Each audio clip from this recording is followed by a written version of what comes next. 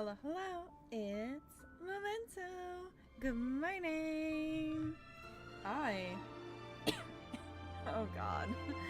I gotta start talking before I start stream. My voice is always just so wrapped. Absolutely wrapped. Let's get right into some games. Star Rail, thank you. Let's get right into some Star Rail. Oh shit, I forgot I'm not here. It wouldn't be a Memento stream without Scoff.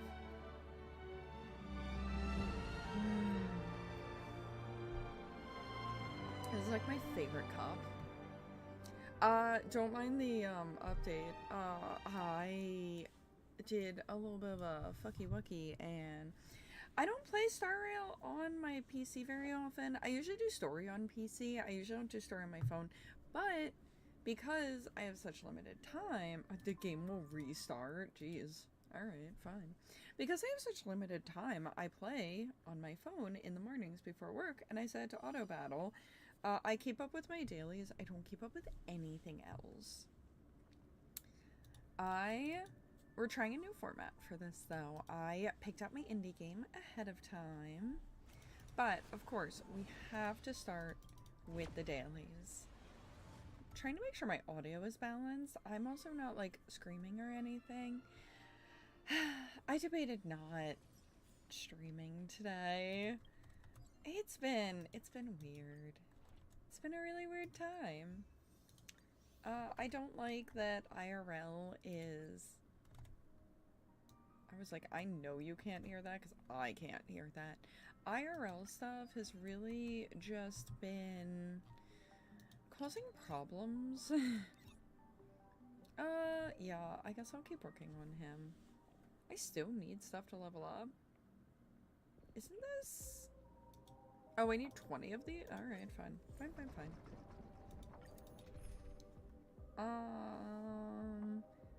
God, you know what? Screw it. It doesn't matter. It doesn't matter what I use because this fight's so easy. Toast, more seasoned. Honkai Star Rail, like, the balance of this game is so wonky. I still vaguely hold on to the idea of keeping up with it. I don't know. Honkai Star Rail is like in this weird place where I really love my account. I really love the characters I've gotten. I just didn't connect with Amphorius, and unfortunately, not connecting with Amphorius kind of just meant that I didn't feel much of a desire to play it a lot. Alright, I need to do this 3 more times. Infusing the toast, more seasoned. I don't know. I'm so behind. Hedge your bets. I'm so behind on everything going on in this game, and I feel as though I'll never like fully catch up. Catboy! Hi, Catboy! Me having to be like, did I turn my I didn't turn my camera on at first. Good morning. How are you? Did you sleep? I was literally playing games with you, what, 8 hours ago? A little over? Have you slept? Me judgmentally. Dude, I woke up. I would have started like 15 minutes earlier, but your girl forgot that I need to update. It feels like at 5:30-ish. Oh my god, what time is it for you now? That would have been like an hour after we finished, so I think that was like 1:30 my time? Ish? No, not 1:30. Like 12:30 maybe? I don't know. We were all shocked and appalled when it was like 11 p.m. and you're like, yes, 11 p.m. 2:47. Okay. It is a decent time later. Infusing the toast. I need the coffee. It's giving me lifeblood. Since you're already I didn't make any breakfast, but I do have chips up here.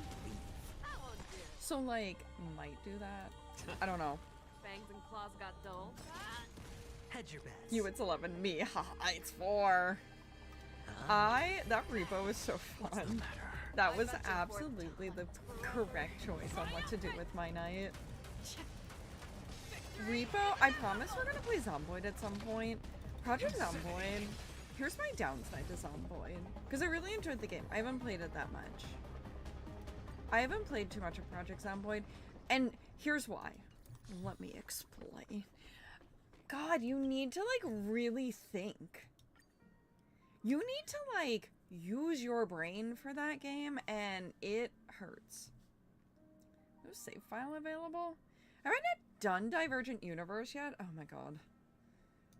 Every day I get a little closer to bathing with a plugged-in toaster. It's my favorite song to sing at work when I've been mildly inconvenienced. Yeah, Project Zomboid, the only reason Nine and I were playing it, and the only reason we stopped playing it was we needed brain power, and we were like, we don't have the brain right now to play. It's better to make no move. The absolute struggle was so real. How about letting the enemy? I'm honored. Since you're already here. Bro, Before Starrail, you are such a formality to my day. The worst part is, because I play this on, like, autoplay on my phone, I literally once a week do this shit. I don't even usually hear, like, the music playing. It's so bad. You would think I don't give two shits about this game. And I mean, I really like it. I don't know. It'll probably get dropped. I don't know. I'll be sad to drop it, but at the same time, like, I don't play at all. I do my dailies, and that's kind of it. Sure, I'll play along. I'm just here. I'm just a frail scholar. But yeah, the only reason we stopped playing as much Project Zomboid, because we were really into it for a little while, and then we had to stop because we were like, we do not have the brain cells to keep playing this game, because it's so hard to do anything. It's a flawed game. I'm really excited because I get to show you guys one of my favorite games today. This is one of my favorite indie games, and I want more people to play it because it makes me so happy. I was playing it last night because I needed something. How about letting the enemy strike? I venture forth to hunt. I needed something to play when we were done Repo, because I was like, I'm not quite ready to go to bed per se, but I was like, I was out of socialization. So I needed like one more thing to play before bed, and I ended up getting wrapped up in Crafty Survivors and not getting off my computer until like 12:15. Nadia was really upset because I think I fed her before that. I fed her right after Repo. You also slung my sledgehammer at Twitchy by mistake and almost killed him. No! The dangers of a sledgehammer. I'm honored. Absolutely so Since you're real. already here, why not have The amount of times I've killed 9 purely because I've taken a sledgehammer to this man out of like accident, and it's actually accident. Oh, I hope Twitchy shows up today with a fun name. No luck. Twitchy's been experimenting with name changes. Oh, my lifeblood right now. I love this man in his tiny fuckable ways. 12:15, that's it, only midnight, disappointed. I can't fuck up my sleep schedule like that anymore. It's so sad. Being at work sucks. I can't even like fuck around and find out by staying up too late. One of my friends is about to start a subathon actually in T-minus 8 minutes. They have a subathon coming. Bro, I pulled on half of these people in this game because they were sexy. He is pulled on because he's sexy. He's up at 4 or 5 o'clock. My god. You were a true night owl. I debated staying up until like 3, but then I did finally get tired. Because at first, I got off of Repo, I fed my cat, and then I like went to play some games, got really tired midway through playing Crafty Survivors, and had to like push through my final round. Because it is a game that like takes It's a lot going on the screen, so sometimes it can kind of like make me feel a little tired. I'm just a frail scholar. Because it's so busy. Too many bright colors for sun. I have sensitive eyes. I'm really sensitive to like sunlight and shit. But so I got like kind of tired playing, and then I went to lay in bed and I was like, oh my god, I'm not tired. When you first finished school, I once stayed up, no joke, till 8:15 the next day. Oh my god. My problem. One of my problems was staying up. And like, I don't know if this is a thing that you have an issue with. One of my problems with staying up is once it goes past 2 in the morning, I start to have trouble falling asleep. Like, Sure, I'll play along. it's kind of like my third wind. I hit a second wind around like 8 p.m. and then I hit a third wind around 2 a.m. God forbid the third wind kicks in, because like Since you're already here, then I why cannot not sleep. have a meal before I already have sleep issues. I knew it was bad when I heard my brother leave for school. My dad worked for the government. He's retired now. And he had an hour-and-a-half commute every single day. Well, Hedge your bets. 4 to 5 days a week. He was able to work from home sometimes. Ah. But he worked for the government, and he had an hour-and-a-half commute each way. The pay was really good, obviously. He used to get up when I would go to bed when I was in like high school, when I would come home for breaks, because I went to a boarding school. The memento lore, it's growing. I went to boarding school when I was in high school. Best 4 years of my life, highly recommend. Someone asked me once, Cap, I feel, Chloe Co, hi Chloe Co. So someone asked me once if they were like, I didn't know boarding school was actually a thing in America. I thought that was like a uniquely like European thing, and I was like, no, there's boarding schools all over America. So I went to a boarding school and I really loved it. Write this down, me and my boarding school. Bro, wait, no, I did this. Oh, I just didn't save a file. Whatever. All right, don't care. Oh my god. Yay, that means I'm done with Star Rail. See, and that's the problem. I shouldn't want to be done. Let's see where we are. So I went to a boarding school, so I used to come home for breaks. I also used to have Saturday classes, which blows everyone's mind. Also, Chloe Co, how are you? What you been up to? People are like, Memento, did you not hate having Saturday classes? And I'm like, no, it actually wasn't bad. The thing is, once you get used to having Saturday classes, you're kind of like, oh my god. Sorry guys, got sidetracked. 5 star, 5 star, 5 star, 5 star, please. Give me Evernight. Evernight, is that her name? I don't even know. Give me Fancy March 7th. You were not Fancy March 7th? Ooh, that's a cute light cone. Oh my god. Please? Fancy March 7th? This is how much I've kept up with Star Rail. Oh, come on. Don't make me wait till the end. Yes! Evernight! She came home! Look how pretty she is. Fucking bet. Oh my god. I cannot believe I actually got her. Yeah, I'll change my profile for a second. She is so pretty. Oh my god. I love her. Ooh, I love the melting goop. I guess I now have to keep up with the story. Do I have to catch up with the story now? Maybe that'll be next week. Next week, we'll work on the story. Next week, we have to now work on the story. I know nothing about her. So, it's gonna be great. I wonder if this is a good light cone. Let's put it on her anyway. Equip. Wait, she's Remembrance? Alright, enhance. We're gonna have to level her up a little. I didn't even take a picture of that. I have no proof that this happened. I should take a picture for the Discord. Do you guys want... Let me put the Discord link in early. Where's my info kiosk? Here's the Discord. My Stream Deck doesn't work with... well, I'm sure it would work with YouTube. I just don't know how to make it work with YouTube right now. And I haven't had... Clip it, chat. Can you...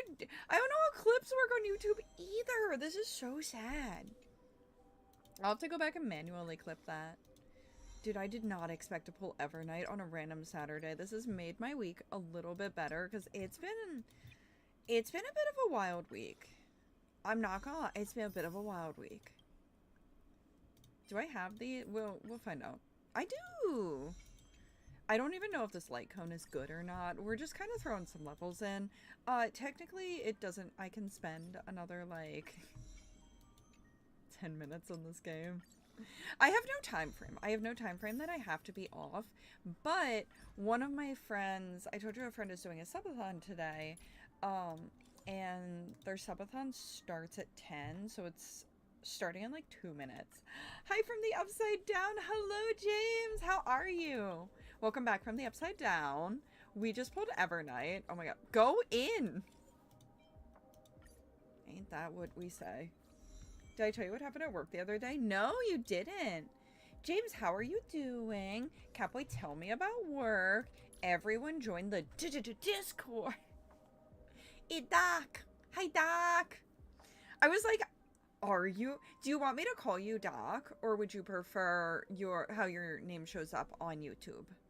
Thank you guys for being so willing to tell me. Oh, this is our memo sprite? I don't know shit. I haven't even tried this I didn't even do the character trial for her. We'll do the character trial.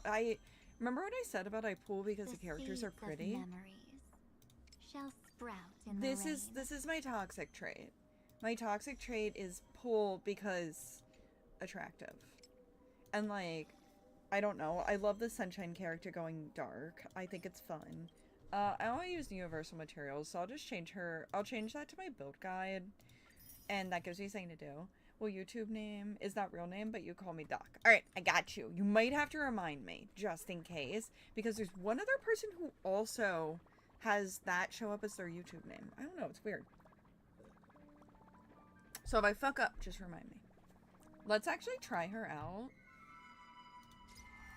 When I... See? When I tell you, I didn't even try her. Increases ally memo sprite damage. The more remembrance characters are present, the higher the damage. Okay, I have a lot of... I wish I had her, but that's okay. Oh, no. Alright. Play nice. So pretty. So fucking pretty. I mean, I don't know if she does crazy damage, deals ice damage, increases crit damage from memo sprites, deals ice damage. Okay. Alright, this seems fine. It's a long story. We were very busy. I was out of fries. I ran out of fries, so I went to get a box of fries. I came back to the chiller with the box. I hear someone say, ooh, I'm in suspense. I really don't need... We're on slow-mo because I want to actually see her attack. Ooh. Alright, let me summon. Come on, stop messing around. Ooh. Be good now. It's your time to shine. Yo. Okay, so then she gets an AoE. Okay. God, slow mode is painful. Life is not as fragile. Alright, let me try and get hers on the field too. They say, why is Finn never on fries? He also disappears. I almost lost my shit at her. That's some bullshit. You literally went to get fries. The future will be bright. Okay. I shall remember this one. Alright, we're getting all memo sprites on the field. All memo sprites on the field, and then I'll do her ult. I love Fat Fuck. That little unicorn's so fucking cute. Okay. Embrace new life. Looking at mods for repo. Yes! I really want to put the Mimic mod. Of course! Please, lurk away. Alright. Mimi! Alright, let's try using this. Don't worry. Just close your eyes. Alright. I The won't night worry. will soon fall. Ooh. Good night. Ooh, fancy. Oh, I like. Completely lost themselves. I like her. Luna Lunrako! I think you said the word Rico, and Lunrako fucking appears. The Evernight draws near. Like Time for Beetlejuice. some sweet dreams. Let's do that again. You love Evernight. You got her E2S1. I did a random 10 pull and got her. I was 30 pulls in and I got her. I'm probably using, I'm doing her trial right now. Because I don't have I don't have fat fuck. That's also why we're doing slow mode. I don't think I'm going to pull her light cone. Because I don't have like team comp set up for her. Dude, she looks badass. Alright, let's go on fast mode. Let's see how we look fast mode. And then she also said, can you not put two bastards on the same bat? And I responded sarcastically, yeah, of course. Dude, your coworker sounds a bit like a dick. This is being in sync. Mimi! This thing going by Mem fucks me up. You can do it. Mem!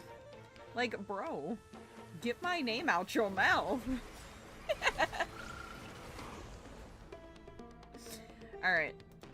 Summon. Oh, she's so pretty. Lunrako, how do I build her? Lunrako, tell me how to build Evernight. I don't know what the fuck I'm doing. I just be getting characters. She's younger than me? Oh my god. Wait, I'm missing out on a story. Yes, Catboy is telling us about his dick of a coworker. You can look at my Evernight. Oh god, your Evernight's gonna be scary. Alright, let me get the rest of these primos. I don't need to see how to use Herda. I don't know why I always pull on the character that isn't fucking Herda, and I really should pull on Herda. This is how I ended up with Fugue. This is pure genius. This is how I ended up with Fugue. Like, and I don't use my Fugue. Now she's pretty below average. Who, Herda? I like Herda. The Herda. I like both Herdas, honestly. I like, Little Herda too. You know what you should play, ZZZ? Hi, Ling! You're 10% crit than you should be. Your speed is meh. That's fair. Now my Hysolins eats it fucking up. Dude, I debated on pulling for Hysolins. Wait, no. No, I didn't pull for Hysolins at all. I didn't really care about Hysolins. I wanted, Hyacinth? Which one has fat fuck? I don't have time for games. Curiosity. I really like the Herda. Nothing but a point. Hyacinth, I think was her name. They all have like relatively similar names and it really fucks with me. Ling, how have you been? What you been up to? Are you still playing Zenless? I love the garland of lights. Listen, you guys want the VTuber tea? I'm debating Celestial theme. I like to drop little lore tidbits here and there. I can't keep anything to my fucking self, so I just drop little lore tidbits about plans for the VTuber model. Curiosity. My friend might be helping me with the design. Life is hard right now. I just want to stream. Dude, fucking same. I didn't stream last night because my job got me fucked up. Let's settle this. They twitching while idle. They're cute little lights. I want them to twitch more. How's the new DVD killer? I think she's really challenging to go against, but I also don't know anything about her. I'm not gonna lie, I got really burnt out from DVD. All of the drama that happened with the patch made me like really not want to play the game. Like every time I went on any social media and saw any DVD stuff, it was always like it was always just a lot of people being rude to each other. So I just got so worn down because I was like, I've been in a lot of different communities over the years, and I've never seen one that acts quite like Dead by Daylight's community. The twitchier the better. It's true. Alright, we need Twitchy in here now. It's official. The true Twitchy. Ew, I don't like how they're now twitching. Too much Twitch. Too much Twitch. That's why we're on YouTube right now. Alright, I got my primos. Alright, so... I don't know, I really got worn down. Is DBD becoming toxic? DBD's always been toxic. It's getting more toxic. When they started doing the anti-slug, anti-tunnel stuff, killer mains can't deal. Survivor mains are assholes about it. And, like, the opposite would happen if they did anything to buff killers. So, like, I'm not saying that killer mains are the only ones who are, like, being little bitches. Because if they had done anything to buff killer, survivor mains become little bitches, and then killers become intolerable. And it's wild. Never seen the furry drama? Tell me about the furry drama. Tell me. I love my random drama. Dude, I keep up with so much VTuber drama now. Alright, the primos are looking good. Let's switch over to Infinity Nikki. I'm happy about Evernight. It's a lot. Damn. Who's covering it? Who can I watch to see it? Who can... Because that's the thing. I spend a lot of time, like... I like to listen to things. Let me go here, because Infinity Nikki takes for fucking ever. That makes me upset, but at the same time, every game contains shitty people. Yes. Yes and no. Yes and no. So, like, I mean, Twitter's a fucking shit show. And, like, on the one hand, I'm glad I go on Twitter because I can see really pretty art and indie games are on Twitter. On the other hand, I'm like, oh my god, Twitter is, like, the worst place. Memento was the fur queen. It's true. Me and my tail. Yo, I know my face looks real fucked up right now because of how bright white that was. Let's go adjust my sound. Bum, bum, bum. I forgot how good the music is in Infinity Nikki right now. No, I watch, like, I put things up on my iPad because while I'm, like, chillin' playing games, I don't like wearing headphones. You might notice, when given the option, I don't wear them on both ears. I am Kazooie. It's true. I should do a Kazooie cosplay.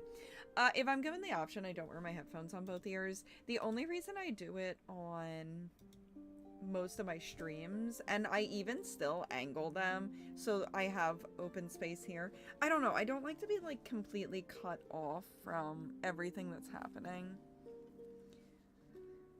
But I did look, fatal flaw of me as a human is I do watch a fair amount of drama video. I get curious about things going on. So I do a lot of, like, art drama videos of, like, VTubers versus artists, artists versus VTubers. So, like, it's either or. It's not always one side. Guys, this is, like, my favorite. I have to cover this. This is, like, my favorite glass right now. And I would use it more, but it says my name on it. So I can't, like, I have to be careful when I drink out of it so you guys don't just see my, like, they didn't put, I went to my friend's bachelorette party and it was so nice of them. They got personalized glasses for all of us and it was so generous of them, but, it says my name and not Memento or Mem. You're more of a YouTube drama person. I've done that too. Don't get me wrong. Don't get me wrong. It's one of those things that I watch in fascination.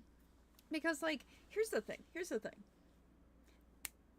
It's relatively easy not to get in drama. I say this as someone who... I've done rage bait posts before. I've done engagement bait posts. I'll admit it. I mean, you could even argue that most of my threads posts are engagement bait to a certain extent because I do this whole series called Hey Twitch Streamer. And...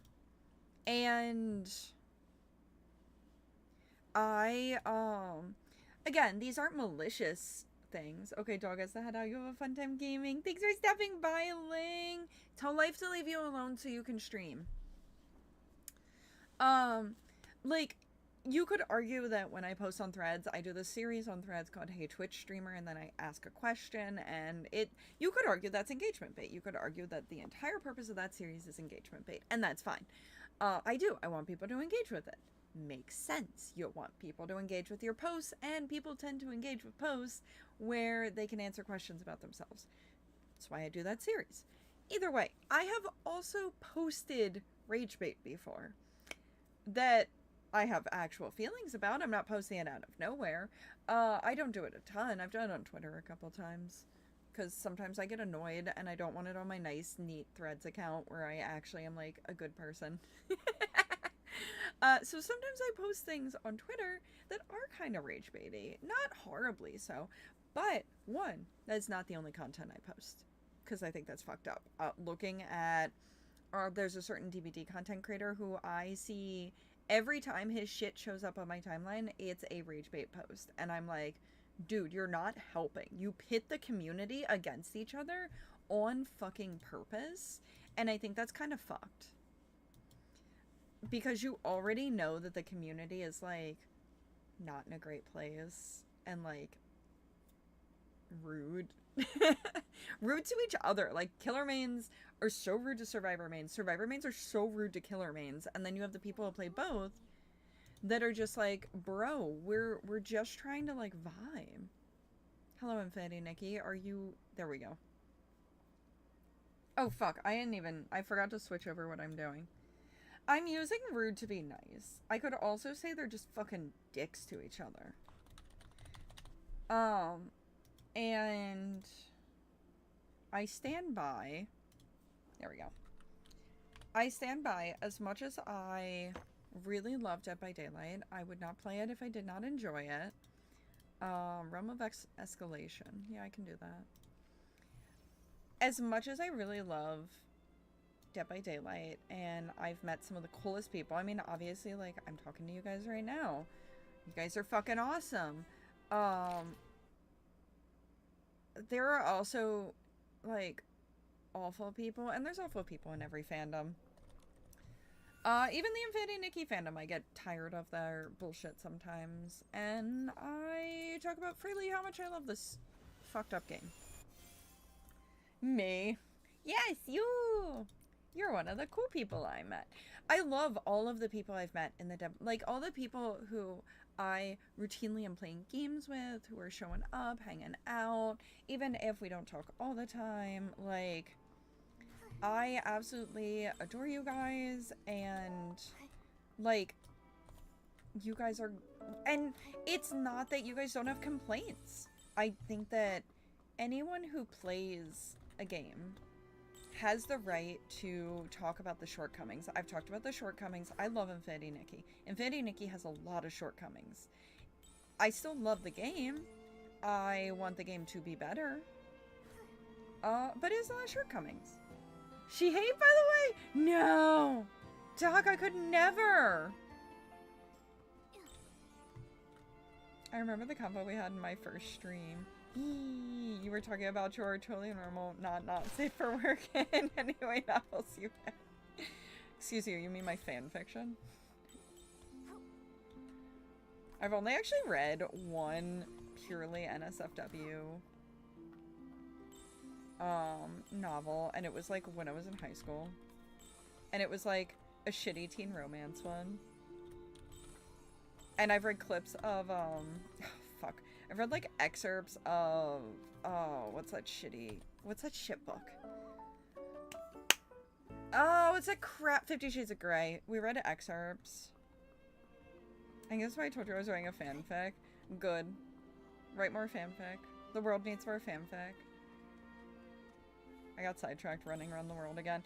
Infinity Nikki, one of my favorite things about this game, again, there's a lot of flaws. I will gladly tell the world the flaws of this game. One of the best parts of this game, though, is I just find running around so soothing. 43 Shades of Dark Blue.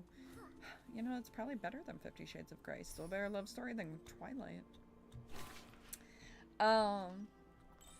But all my NSFW RPs. Dude, when I first started RPing, I was so nervous about doing any sort of, like, NSFW. And my RP partner was like, no, like, it's fine. And I was like, I don't know, my dude. It's kind of awkward. And he's like, well, if you don't end up wanting to do it, just let me know. And I was like, okay, fine. Bro, now, and for like a hot second, I was so nervous to write NSFW. And now I'm just like, yeah, man. All right, they're gonna fuck. RP both made my life better and ruined my life. I will write that. I'll read it. No beta. We die like men. All of my archive stuff is just no beta. We die like insert character in the series that's dead because nothing I partake in is happy. Because I don't beta read my shit, because if you try to wait for me to proofread, that's how we end up with the Dead of Summer situation. It's completed. I have a completed fanfic. It's one of my magnum opuses. Before I've even done anything, it's already I'm ready. really proud of this fanfic, and it's never been fully posted because I keep thinking I should proofread it. They gotta do Sussy Devil's Dance. Good. I support. If I had known about RP in high school, I think I would have failed out of school. My mother isn't here, so I can say that. God, my parents would have fucking killed me. I'm in this expensive, nice-ass boarding school, failing out of school because I'm writing about Looks like the Starbelly. all my favorite fandom characters Maybe having sex. That would have been me in high school. Oh, it would have been a disaster. And it would have been, like, really crappy writing, too. I think that's, like, the both best and worst part, is it would have been, like, really crappy writing. You've been writing several stories at the moment? Hell yeah!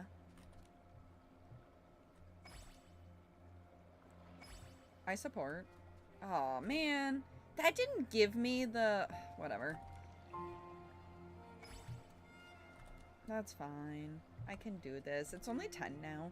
It's not as painful as it used to be. You guys, the OGs, they remember my absolute heartbreak every single time.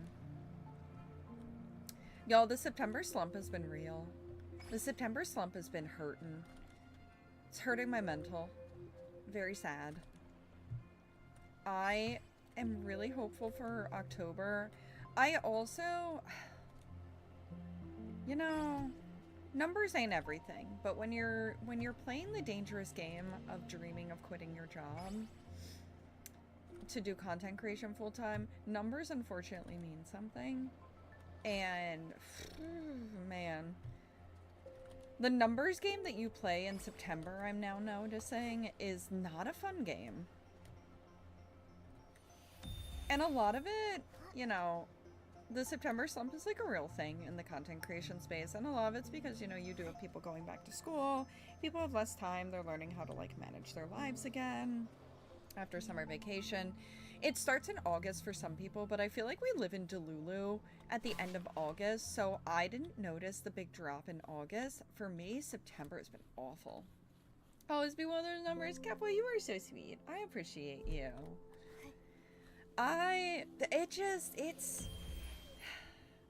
It's crazy. Content creation is that we were talking about at work. My coworkers know, most of my coworkers know that I stream. And I'm careful enough about the things I say, which is why you guys don't hear me tell a lot of fun work stories. I have a lot of fun work stories. I don't want them on the internet. It's why I do talk about work a little bit more freely in the Discord. Because, again, so HIPAA is a thing, for anyone who doesn't know about HIPAA. It's basically protecting, like, the health information of my kiddos because I work at a special needs school, so we're very particular about, like, protecting the identities of the kids, and I would never, ever want to break that. We're allowed to have pictures of the kids on our phone per my current job. I have worked a job where we couldn't even have pictures on personal devices, and, like, sure enough, obviously, I honored the shit out of that because I love that job, I love those kids, and I wasn't going to do any of that. But, and you know, once the kids have graduated, as long as you're not using, like, real names, telling funny work stories is actually fine. It's not giving away personal medical information, and it's not giving away personal diagnosis information. It is actually perfectly fine. However, because things can be recorded and kept long term, that's why I can't tell many stories, is because I feel like I'm doing my kiddos an injustice if I'm like, let me tell you this funny story about this kid, and then it's just on the internet potentially forever, and I'm like, no, they can't consent to it. they can't consent to being on the internet forever, so I'm very sparing with the stories I do tell that are like super duper nondescript. Hi Twinnis, welcome.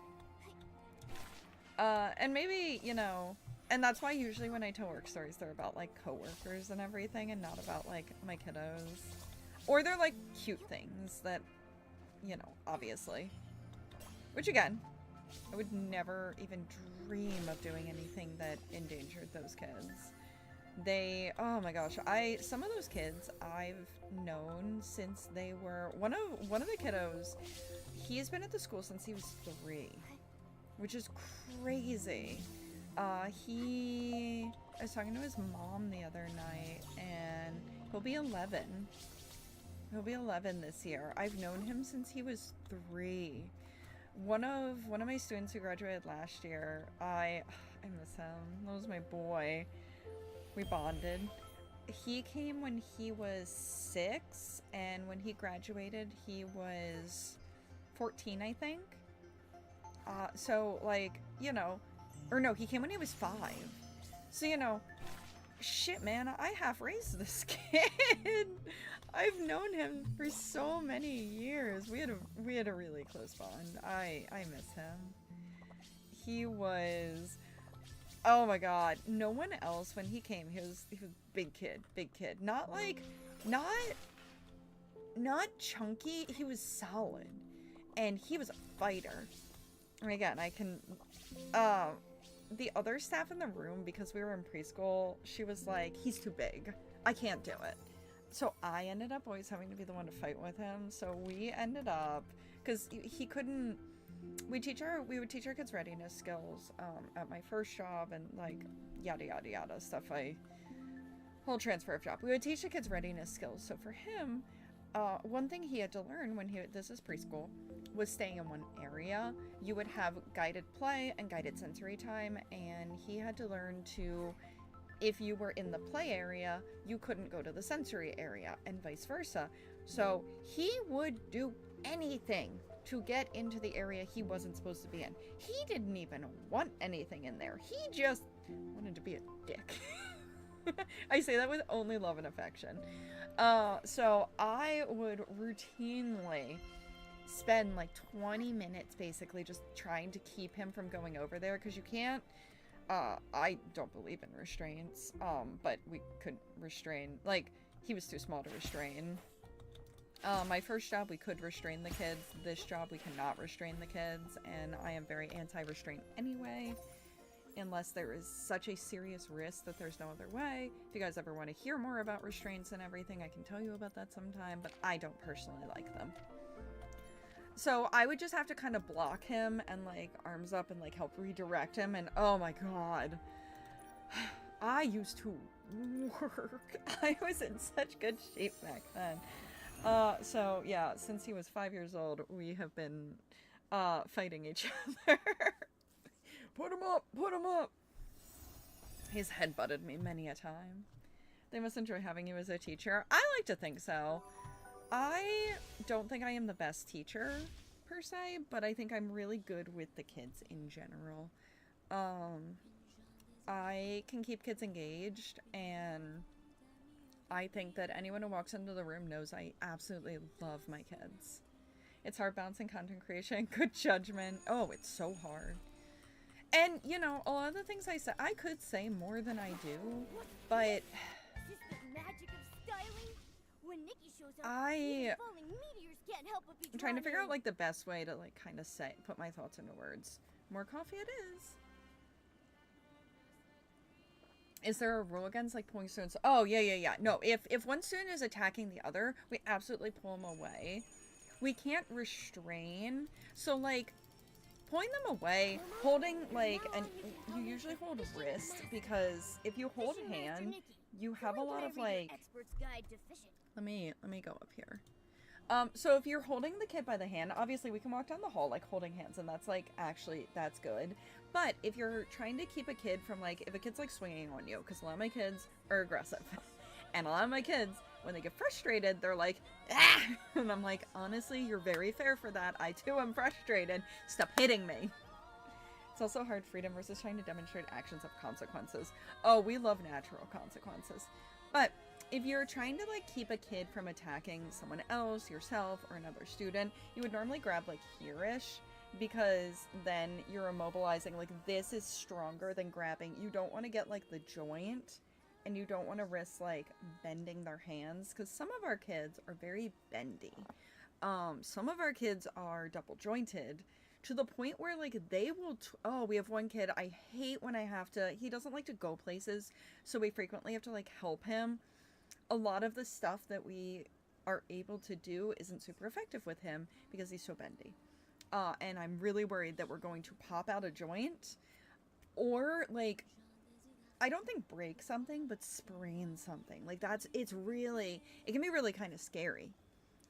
But yeah, so this is not necessarily a restraint, keeping someone from like hitting you, another person, or like student. And like, say like Catboy, say you and Twinnis are fighting, and I were to go up behind and like scoop you up and like move you, that's not necessarily like under the armpits, like kind of like, that's not a restraint. Restraints are, so I've learned one restraint over the years, because my first job we could restrain. However, there's a caveat.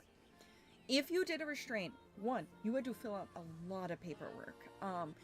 It was to cover your ass, because in theory you could get in a lot of trouble if it was deemed that you did a restraint for no reason, because they were intensive. They were meant to keep you and the kids safe, but they were still pretty intensive. It's still a really intensive thing to put a kid into. I've had a restraint done on me as part of a demonstration at work, and I'm a crybaby, but it made me burst out in tears after. Like, it felt so bad. I hated it, and that's why I don't do them. The one we learned, let me tilt this a little for you guys, was you ended up essentially tucking their arms like this really tightly, and then you would, let me see, so you have their arms tucked back, and then you would have I promise I'm not flashing anyone, it's a long dress. You would kind of angle your body, and then you would lean back, and they would end up leaned back with you. Ignore my, like, I needed to be comfy today. It was not a comfortable restraint. You did have to do a lot of, essentially, like, think like aftercare. We called it, like, tension reduction.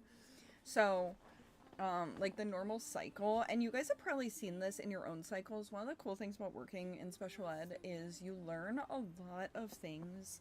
You learn about like sensory overload, and a lot of the things that my like kiddos experience, we actually experience too. We just don't have proper names for it, so we don't really like talk about. Like, sensory overload is a very normal thing.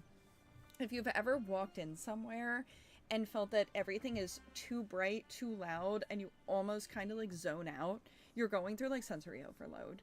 And there's coping strategies. A lot of my kids wear headphones. A lot of kids I've had over the years wear headphones. But like I said, my first job, we could do restraints. However, you had to fill out a fuck ton of paperwork, and it was a last resort thing.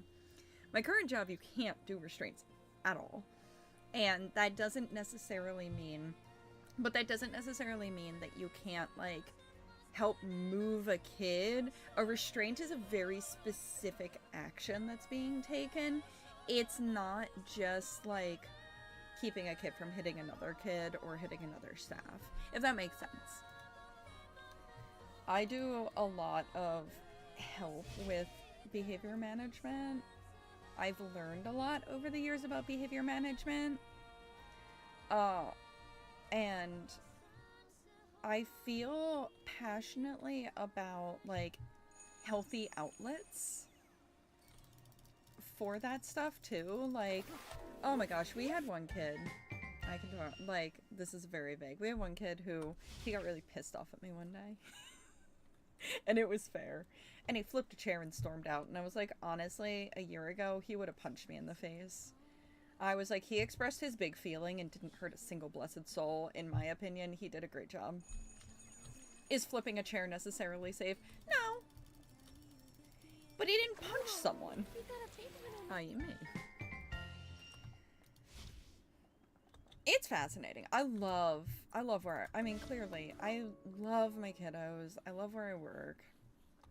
I love doing music with them. I strive, and this is a point of contention, because I know this belief is not shared by everyone. I think if you like me, you don't have to like my class. I would rather have the kiddos like seeing me than like music. And that's not to say I don't want to share my love of music with them.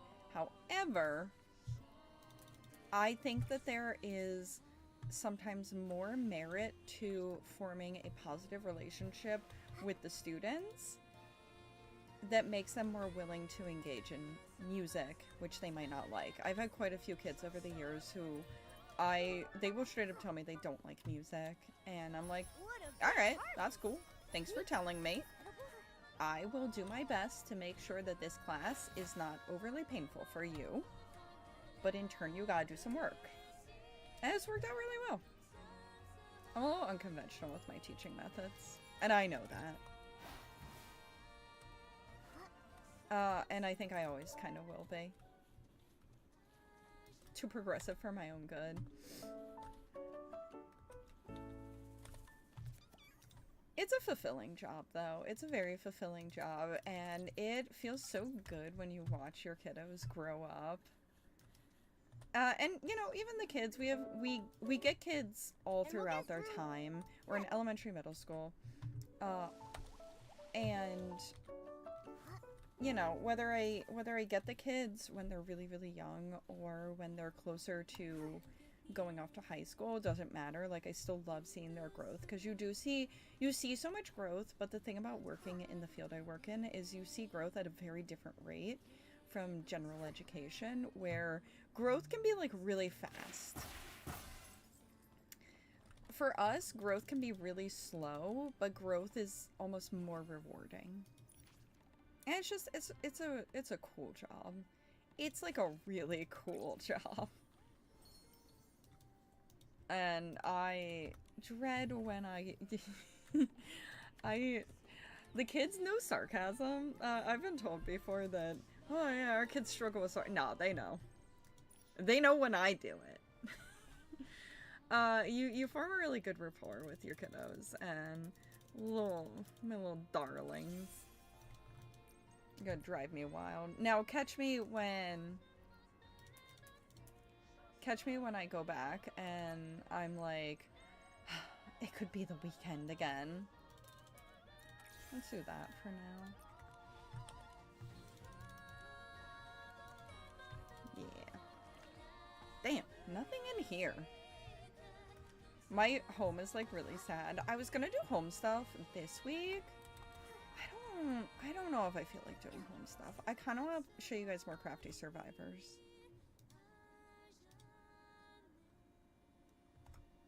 Alright. Because, like, Crafty Survivors is one of my favorite games. It's one of my favorite indies, and I found this game by accident. It was over on Threads, and I'm just vibing. Anyway, this is my really sad house. Let's see if I can make a couple things. Alright, if it has 0, 0, I wish you could sort by hasn't been made yet. Okay, this one. Perfect. Perfect. Great, I am now officially out of, like, everything. I have some stuff to do. See you later if you're on. Okay, thanks for stopping by, Doc. I appreciate you. And I look forward to seeing what repo mods you found. Darn, now I can't make, like, any... Oh, I can make this. Okay, wait. Okay. The absolute frustration. Remember when I said I have no qualms over, like... not bad-mouthing, but, like, I have no qualms over the idea of saying when I don't like something, even if it's a game I like. The housing system is incredibly frustrating in Infinity Nikki. This is a bedroom I made, though, and it's at least pretty. And I have this nice wedding dress set out. The housing system is frustrating. I'm not gonna lie. I do like that it's a heart-shaped island. I don't see the point of having all this shit, but I'm not super about housing systems. I don't find them as fun as some people do, which is fine. That's fine, but it's not as like rewarding.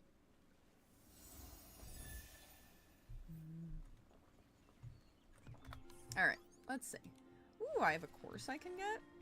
Oh, yeah, that makes sense. My home life. These are our achievements. Ah, good shit, good shit. Work out more defined lists. My first list is all over the place. Hell yeah. Mimic mod, mimic mod. Please. We have an update coming up in Infinity Nikki, and I'm very excited. It starts, my god, tomorrow? Interesting. It's early. Update notice. A version update from 1250. Oh my god. I really hope that that's my times. Okay, that's fine. That's fine. The gems are doing okay. We will not be doing any pulls because I already got this gold outfit, this outfit, and this outfit. So, like, I need to save my pulls. I debated getting the second colorway of one of them, but, ugh.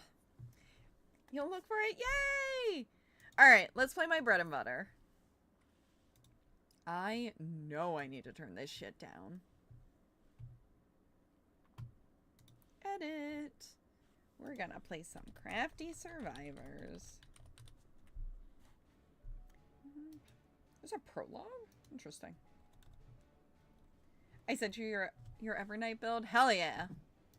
Can I pre-download? Yeah, alright, no. Ah!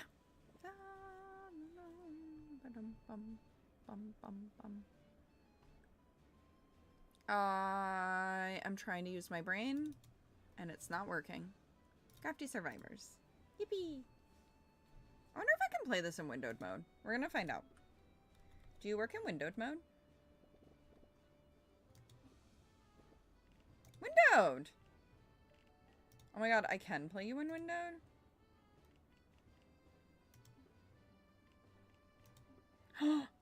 Yes! The only reason is because trying to look at chat is going to be awful. Oh, I forgot that when I tab out, it gets rid of the sound.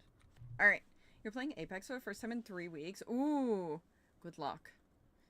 Alright, so this is Crafty Survivors. This is my indie game showcase of the day. Also, my cat's up here. I'm gonna look at your Evernight build as soon as I'm done stream. Oh, it's so small! Okay, so, here's the thing. This is a really far along world. I've put about 55 hours into this game. It's so small. That's so cute. Basically, you have all these different things going on that you can level up. Sovia is my main character. She's my main. Where do I get these? I wish it told me where I got stuff. Oh, I guess I can use my eyeballs and check. Oh, in here. Okay, bet. Let's see. Ooh. I really...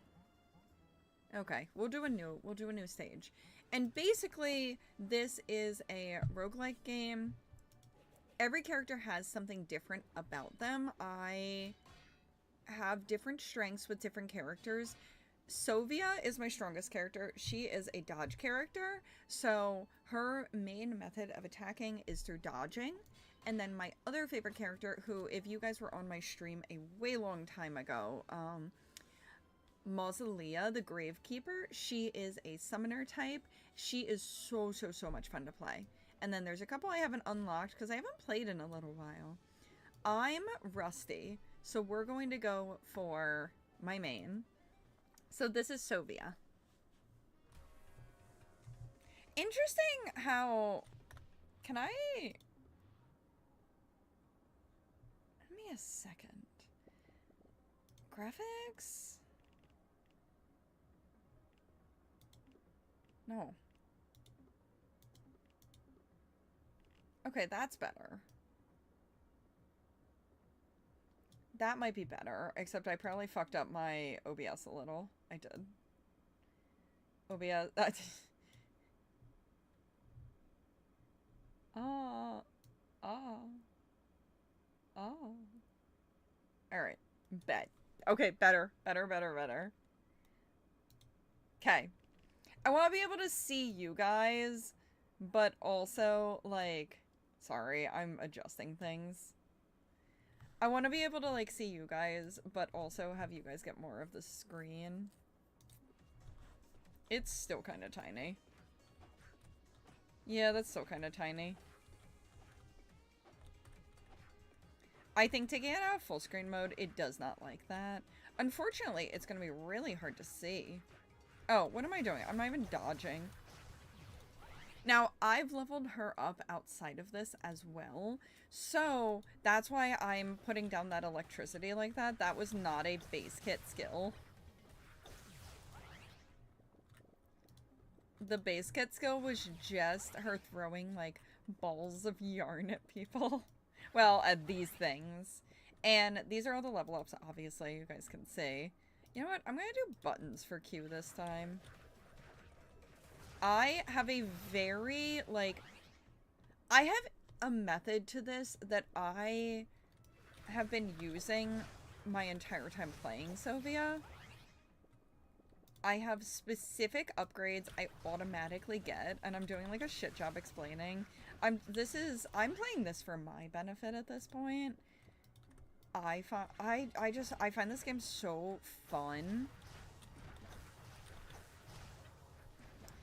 I think that this game is so fun to play, and like, I don't know. I love the different skills that each of the characters has. Ooh, increases skill damage. So essentially, let me walk you through the way I do this. I have buttons. I really like Button Mayhem. These are buttons that rotate around you, and eventually you can tie cursing enemies to it. And then Shocking Threads. These are electrified threads that I can... So once I've done a bunch of dodges and have a bunch of threads laid down, hi babies, I can make them give out electricity. And then attack speed is always good because attack speed is going to make it so that I throw more balls of yarn. But I'm going to go for Style and Substance, which increases my skill damage because these are my skills and they are my main damage dealers. So essentially, like, this is the type of game where if you like something like Vampire Survivors, you will probably like this game.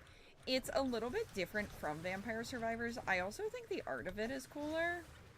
Personally, personal preference, I'm a big fan of pixel art. Alright, so now I move faster with my dodges. So now my dodge speed has been increased. And you get some insane combos because of this.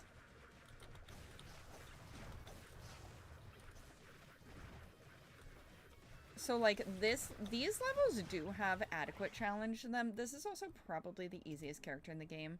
This is gonna up my crit rate, which is useful, but I don't worry about a ton. Because, honestly, all in all, I'm pretty overpowered, and but we're going to get to the point where I run out of, like, things.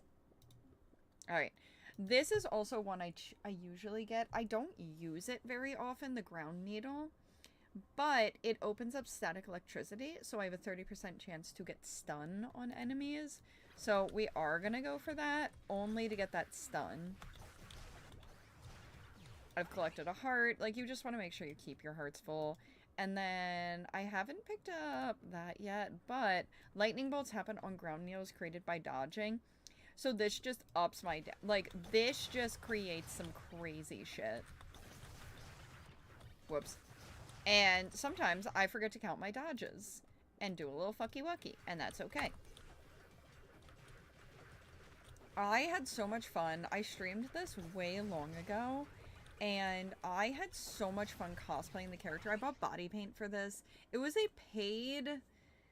I was paid to do it. I enjoyed it so much. I made no money off of that. I spent so much money getting the body paint. I loved it. It's like watching a speedrun. I love how you're explaining it all. Thank you! Alright, increases skill damage. Like, we're about to fucking cook. I might try Mausolea again. It's been a while, so I am rusty. And I just really have to remember to count my fucking dodges.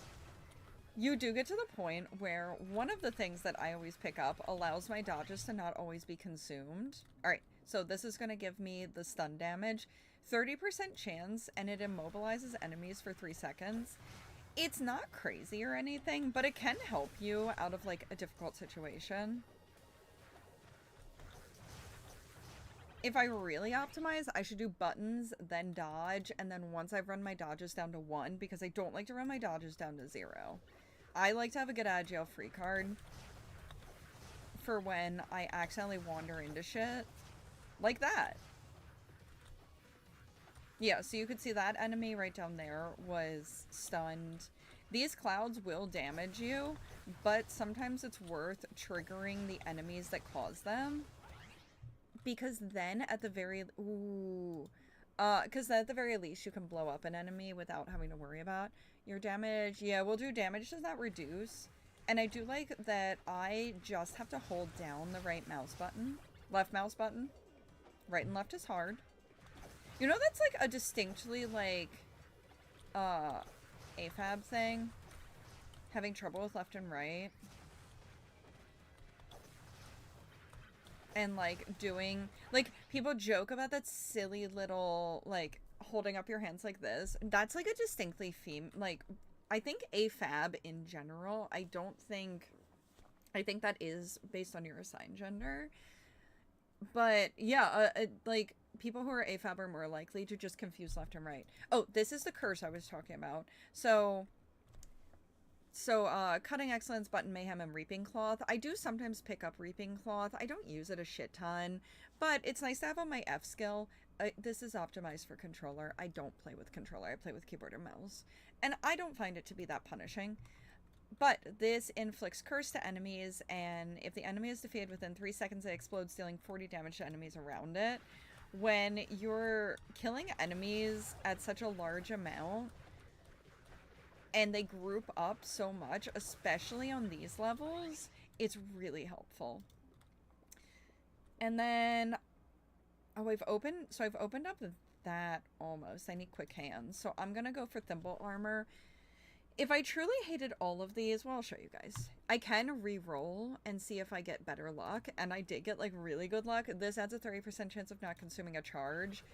You can get amazing fucking combos doing this shit. You just have to pay attention and not be a dumbass like me. There are invincibility frames, and I am really guilty of abusing the shit out of invincibility frames in this game. Alright, quick hands means I now get premium materials, and that's just gonna up my weapon and skill damage. Because basically every single thing in this game gives you, like, combos. And there's a lot. I'll showcase some of the characters, but I might not do full levels, or I might go back to level 1 to do it, just because some of these characters, since I'm so out of practice, it would be a little painful, because as you can see, as you cannot see in the upper right corner, as I can see in my upper right corner, 1,240 enemies spawn on this level. And we might be approaching when I'm gonna get mini bosses too, because usually about midway through the world you start getting mini bosses. So the levels can take a long ass time, which I like.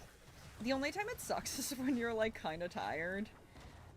And you guys can see what I mean about it's, like, super busy. I hope the sound isn't too crazy. Let me know if the sound is a little aggressive. I don't know what fucking enemy summons the moon to attack me, because I can't focus my eyeballs enough. That was me using my invincibility frames. I abuse the shit out of invincibility frames. Shocking Threads is the bread and butter. This... And I love doing... Oh, that's what's doing the moon! Bro! Alright, you need to go. You're being a pain. Alright, I think that finishes out my shocking threads. Yeah, tier 5. I'm pretty sure it's top tier for shocking threads.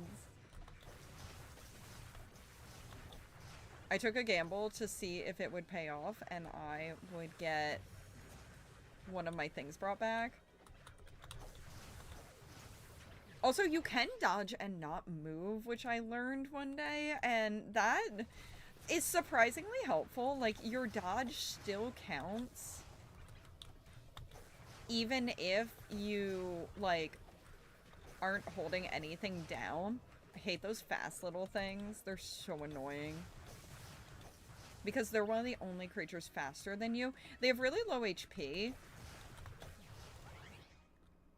but they're still faster than you. Alright.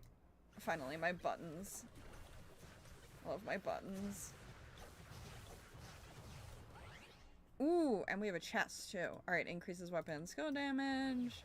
Just damage up is all I need. Eventually, we're going to get to the point where... Oh, there's my chest. Oh my god. Dodging into the chest.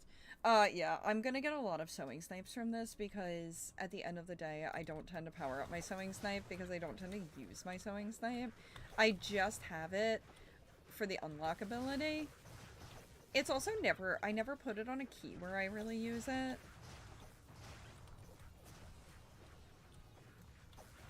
Also, if it was not clear, the blue is my attacks and the purple is enemy attacks. Yeah, we'll do increases stun chance. So now, essentially, like, a lot of shit is able to be stunned. And then I run into rocks. So most of the enemies on this level are brown. And they change per, like, different tiers. So looking at, like, different levels, one of the other areas I've been working on clearing has... The first tier of monsters is, like, pink and orange. These are brown, and then the blue ones are not quite mini bosses, but they are harder, and they give you chests. Damn it, I didn't dodge fast enough.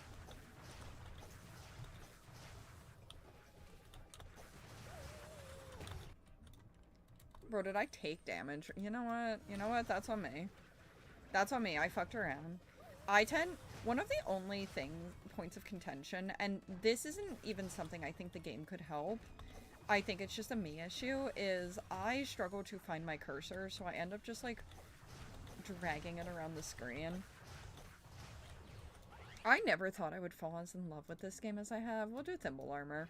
This makes it so that I might dodge an attack. Whoops.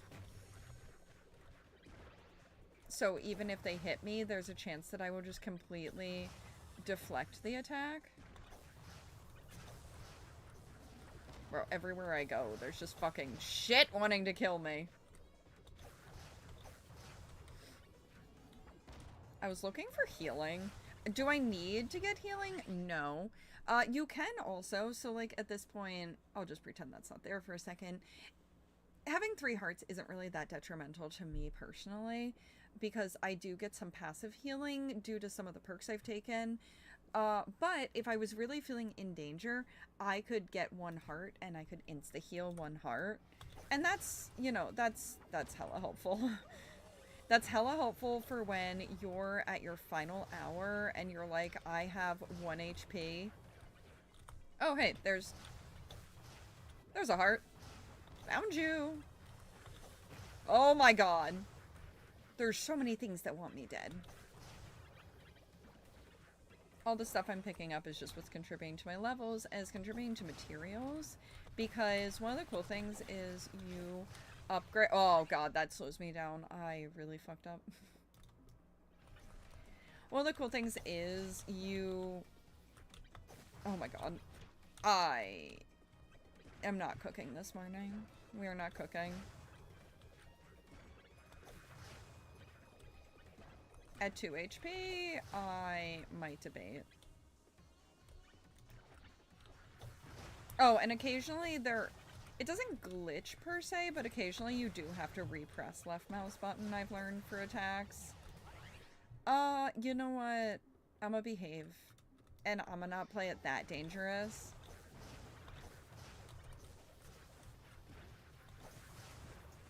Also, if you're like, man, this is a lot to take in, unfocus your eyeballs and it helps. If you don't quite focus in on the screen, you will have a better time. I just kind of unfocus my gaze and I'm like, yep, this is it. Ooh, this is a really good one. Yarn Ball level 6 is really good. Doubles the amount of bounces, and every bounce you get a 15% damage increase.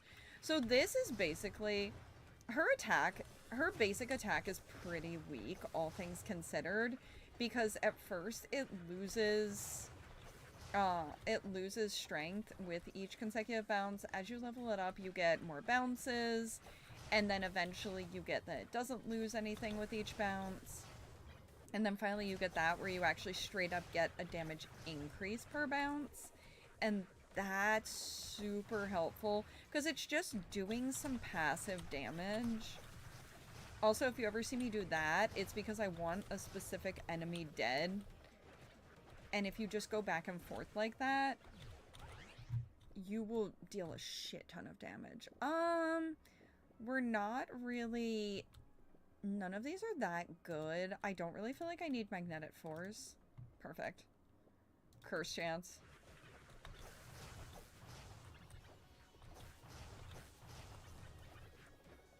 I've gotta remember to do my buttons before I start bouncing everywhere. Alright. That might be my final tier of buttons. The buttons are also just kind of nice because they work as passive damage too. Where, like, when I'm dodging through shit, I can just get a little extra damage. Oh, I didn't even know I had any of those left. The snails are annoying. But, as you can see, like, you don't actually take damage until the stuff fills in. Cutting Excellence. Custom Fittings. Prepares 2 seconds to receive buff that guarantees crit hit. Yeah. I'd like to wait for Reaping Cloth, honestly. So I'll just do this. Protect myself a little. You do also have invincibility frames after a dodge, which is really nice to take advantage of. And I like that it shows you on your screen when you have a chest, because it's really hard to keep up with what's happening on your screen. It's really hard, at least for me. Other people might be better at that. So it's nice that I can just see on the outskirts. Alright, Reaping Cloth.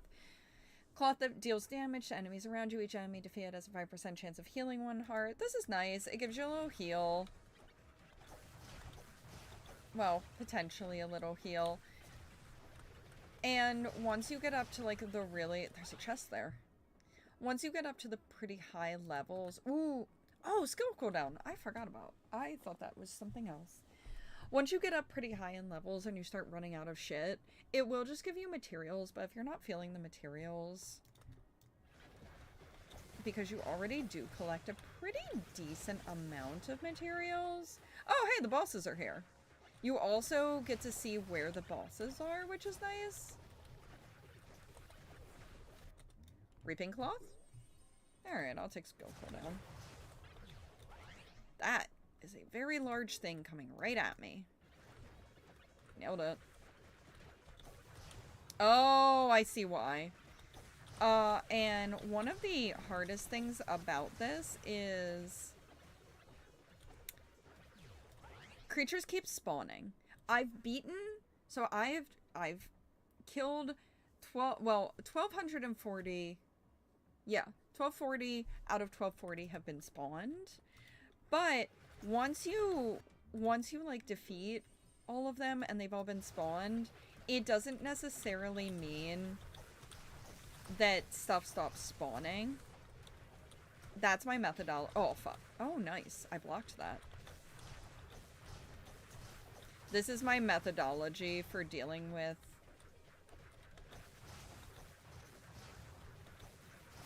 bosses. I go in a line back and forth. So I have 1 of 3 bosses defeated. 2 of 3 bosses defeated. So now I just have to get this one, which is by far the most annoying one. because it does that. So you really have to make sure you're saving one of your dodges, because you will, chances are, have to use an iframe dodge for it.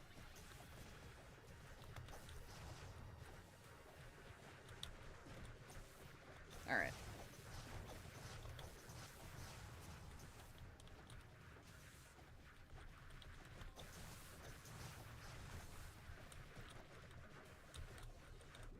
There we go.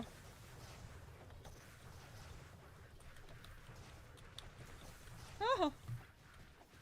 What a dangerous area I'm in. Whoa! Oh, the reaping cloth really, like, does me no good. Alright, there we go. There we go.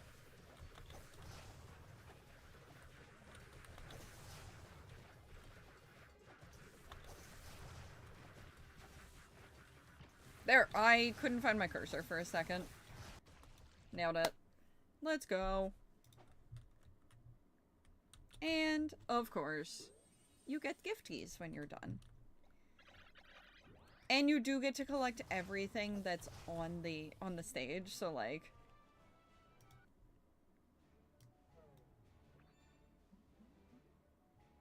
Alright, I wanted to make sure that wasn't... So, I got a bunch there, and now I can go back to town, and we can see that there's something visiting town, too. There's a shop visiting town. I accidentally spent all my money. So... Probably no shop for me. I need fucking sand? I don't think I can get that. So these are various things that you can passively farm. So like right now I need some grapes. They don't update until you go out and back in. So I just need this like sand stuff, which I might be able to get from here. I don't know. Nope, not yet. That's okay. And I just make sure I collect all this every time. Ooh, I wonder where I get that. Oh, perfect. Weapon damage plus 50%. That's huge. And some of this I've kind of done out of order. Wow, more weapon damage. Oh, I'm about to be unstoppable. I am about to be absolutely unstoppable. Alright, I need more of those, but I might be able to upgrade Sovia some more. Damn, not yet. And then she does have skills she can unlock. So, electric yarn increases how many times the yarn balls bounce. Conductor yarn increases size of electrical explosion. This was a priority for me, and like, so on and so forth. Let me collect the rest of my materials. Alright, so I need more of those stone things. Nope. Alright, input the max. Ooh, I should be able to upgrade this. Yeah! Do I have the money? No. That would be the deciding factor. Let me not spend any money. Okay, so I need to get some of these. So what I'm actually gonna do is I'm gonna go do one of these. So this is a little earlier on in everything. I'm going to use this to show you another character. Ooh, I also like Hanvilton. I made some chicken noodle. It was like 5 meals tall, and I'm down to my last 2. It's nice to finally finish, but I'm also going to miss it. You can make more, Twinnis! Alright, let me show you guys Mausolea. She is my other main. Every character has multiple playstyles, which is cool. I play her as a pure summoner. And I tend to try to keep my cursor on top, because I find that the most helpful. This is one of the strongest things you can get to start off, is Bountiful Reaping. It increases the amount of souls earned for defeating an enemy by 1. So how many souls you have, and you can see the souls down here, that's going to tell you what you can summon. Everything costs extra to summon. You want to move on to another soup? Oh, I can post a soup recipe I really like. It's a black bean soup. Fucking delicious. So you need to have a bunch of... Oh, I have to remember I only have 1 dodge. You have to remember that you only have one dodge, and you have to save up your souls. You will get to a point where it's kind of negligible. However, you still don't want to waste it. Putrid Followers is really nice, but Bountiful Reaping is so powerful to get in the beginning. I would rather have a really slow and difficult beginning, but get a ton of souls. Ethereal Friend, so this is this dude right here, and this basically opens up how many of these I'm able to get. Again, I run a pure summoners build. Alright, Bountiful. Oh, I have really good RNG.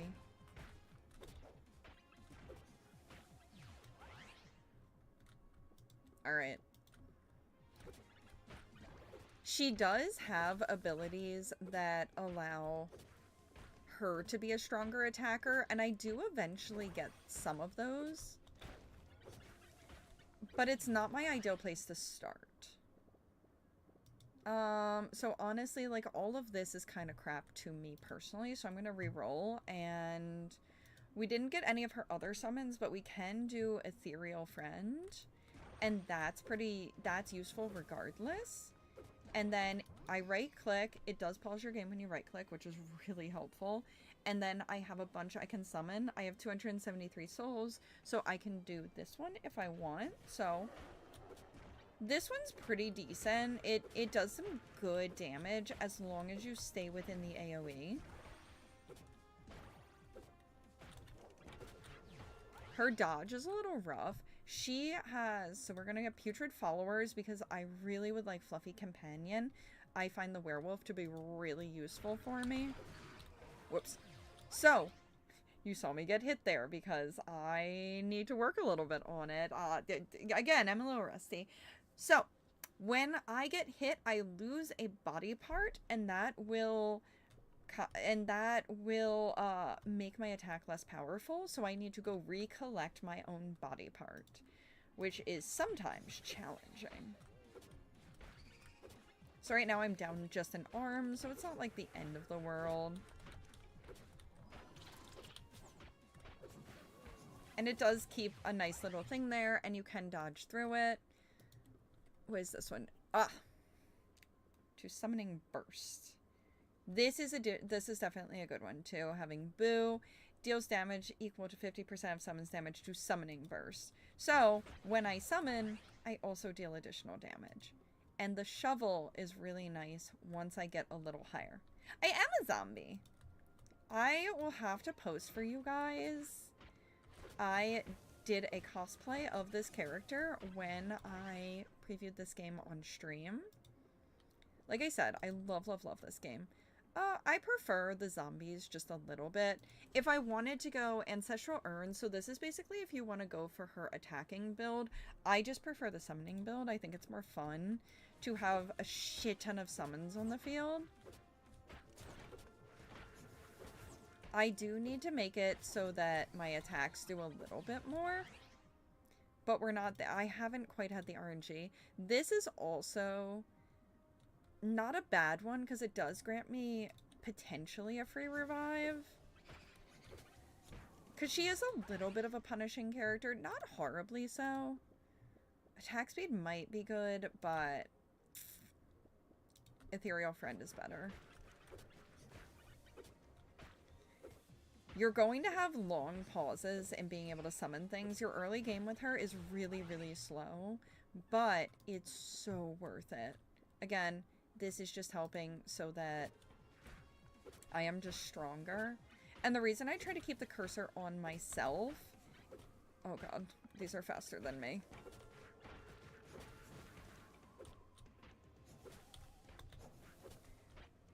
Come on. Oh my god, I need... Oh, my werewolf. Ooh, that is a shit area to have him be in. Fortunately, I learned that you can move things, which was super helpful. 30% chance of summoning a zombie when attacking. This is really useful. This gives you a free summon, which is really nice. While I would love to upgrade my werewolf, it's nice because I attack constantly to just be able to have that potential creates an impact at your position. This is what I was going for. This makes her a little bit more viable and gives me a reason to attack at all. I gotta get that chest. Nailed it. You're playing Overwatch ranked. Are you kicking butt? So the werewolf, what's cool is the werewolf gets zombies or gets the enemies to come to it. So not only does it act as a distraction, but it also just makes it so that if you're in like a really tough spot, you have something to help you. We're gonna get Nocturnal Acquaintance because I can then get friends forever. We want to increase that duration. So even though the bat isn't one of my favorites, the bat can be super useful too. And I think I can summon my top tier. So we're gonna... Oh yeah, we can get the big one in. This is the most powerful one. You kind of just get to hide with your summons. I kicked butt, but still lost? No! Alright, I'm gonna go for Fluffy Companion because that's a really valuable one. Now, the nice thing is, you will get this stuff, you will get souls the entire time you're fighting. Whereas enemies don't, at a certain point, they stop dropping materials, so you stop being able to level up indefinitely, but they will at least still give you souls, so she doesn't become unviable if your game is lasting a really long time. Deals damage equal to 100% of summons damage to summoning burst. Again, just super helpful. Basically, the name of the game is have as many summons as possible, and these summons have a long duration, as you can see. Alright, 30% chance of summoning a skeleton. It's just nice. It's nice when you can potentially get some extra summons in there. The only downside, I would say, to Mausolea is sometimes I forget. Sometimes it's hard to keep track of whether something is friend or foe, and you do have to be distracted looking a little bit at where you are in terms of summoning things. So, like, that can be hard. Alright, my summon duration is now even further. Oh, yeah, that chain attack. Yeah. No. Candle, whatever that one's called, Candlewick, is amazing. Quick Hands is nice. And I would like to get to the point where my weapon and skill damage is up. But... Werewolf has priority in my heart. Once you get it so that you earn extra souls, honestly, the name of the game is just the werewolf. I haven't been summoning as much, so I think what we're gonna do is work on just increasing my summons.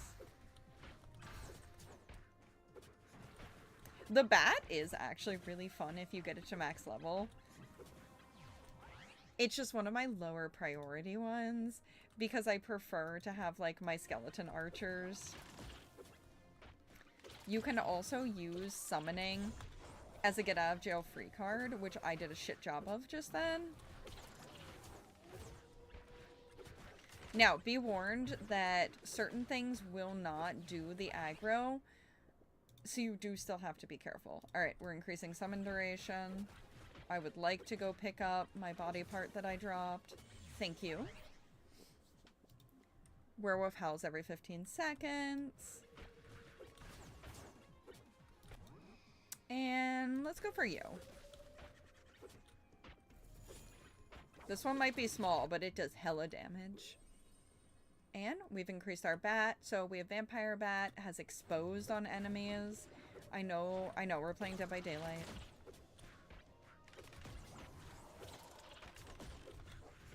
I would say I like the one that summons the chains, but I think freezing the enemies is slightly better. Ooh.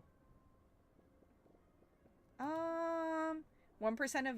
Alright, so this is a pretty decent one. 5% chance of healing 1 heart when you retrieve a body part. So essentially, you lose a heart when you lose a body part. This gives me a chance to regain that heart when I pick my body part back up. It's a small chance, but a chance nonetheless, so honestly, pretty worth. Especially since we are starting to get to the point where I'm running out of level ups to do for things, and my character is a little overpowered, so that's why you might be like, wow, Memento, you're really killing these enemies very easily. This is an easier world. Also, these chocolates that you see are purely because I'm using this character. No other character gets to earn, like, chocolates like that, and she has different things she earns for different worlds. Alright, the were-dog goat. Where'd the goat? Where'd the goat? What'd the dog do? Hopefully we'll see that. Anyway, you can see how the aggro works. It's very helpful. Now, the one downside that I did forget about is that it does make it so I get less of this material. So hopefully we get to the point where I can start taking that material instead. Alright, let's get you out. I want you guys to be able to see all the summons. This is a game that, again, I was initially paid to stream. This is a game I fell in love with, and it makes me really sad that... Oh, there's the were-dog goat! It makes me sad a little bit that this game didn't get as much recognition as it deserves. Because I think this is a beautifully crafted game. I think the developers, it's a, I think, just two-man team. They did such an amazing job with this game, and I genuinely feel like it's such high quality. You can tell that a lot of love and care went into it, and I really hope that one day this game absolutely explodes. Don't mind my coffin. Oh, fuck. My body part!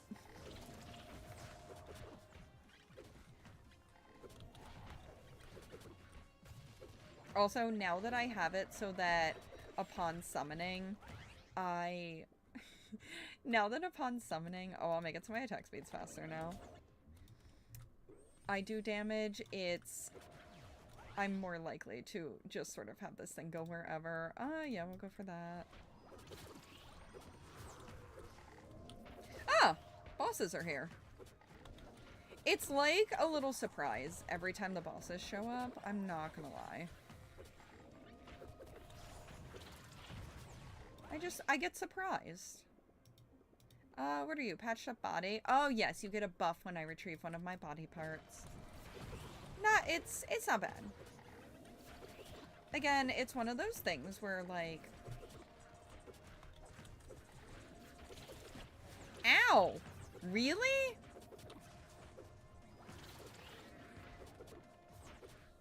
I would like my body part back, thank you. Thank you. Ooh, putrid followers. I get an adventure zombie. Nailed it. Hopefully I summon that one. It is a little hard to see everything that's going on. Honestly, when I have to beat really hard levels, I immediately go for Sovia. Bro, so many summons.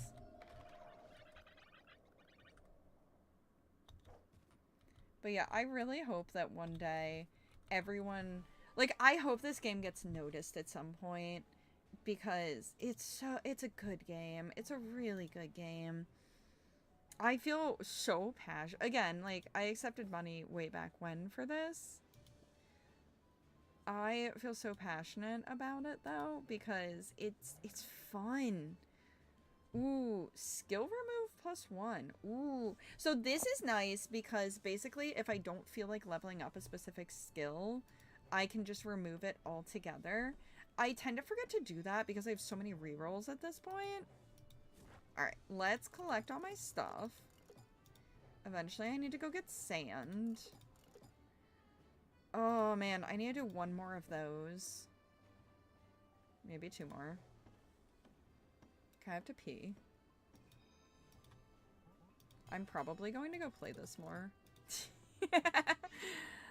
Oh, I really like this game. It's so fun. I know I'm like... I know that saying like, oh my god guys, it's so fun is in a lot of ways not proving my point, but I think most people are on some 3D version of Vampire Survivor. And I think we need to go back to the pixel version. Can I have... Oh, god damn it, not enough gold. Bullshit. Alright, I have to pee really badly. What was I trying to upgrade? You know, it would be nice. I could upgrade my gathering rate. Yeah. Let's go get some more of those things, because I can show you guys another character. Alright, back to the mountain. I'm gonna go take a piss. This is one of the most fun areas. We're gonna go stage 1. I'm gonna go use the bathroom really quickly, though. A bitch gotta pee.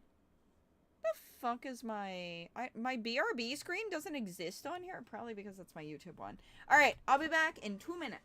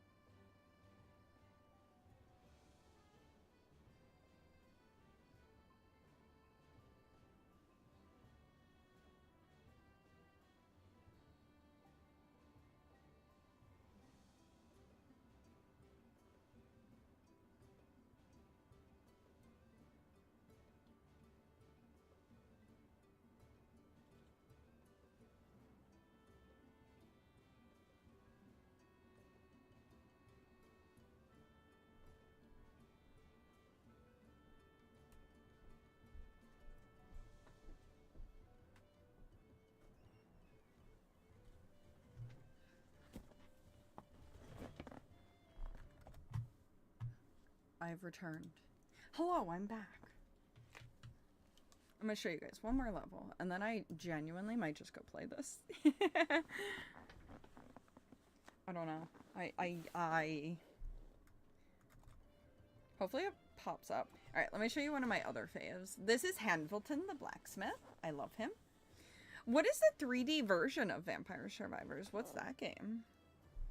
Again, there's so many different ones. Stoverick is the first character you start with. He's not that bad. I wasn't as big a fan of his combos.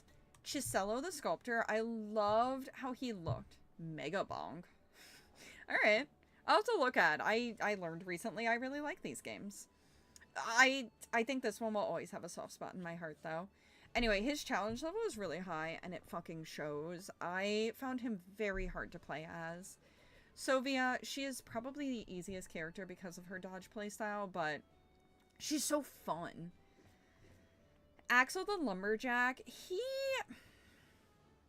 I was not a fan of his. I was not as much of a fan of his. I didn't find that his animal companion Hatchet did enough damage for my liking, so it felt unrewarding. Meanwhile, Agriana,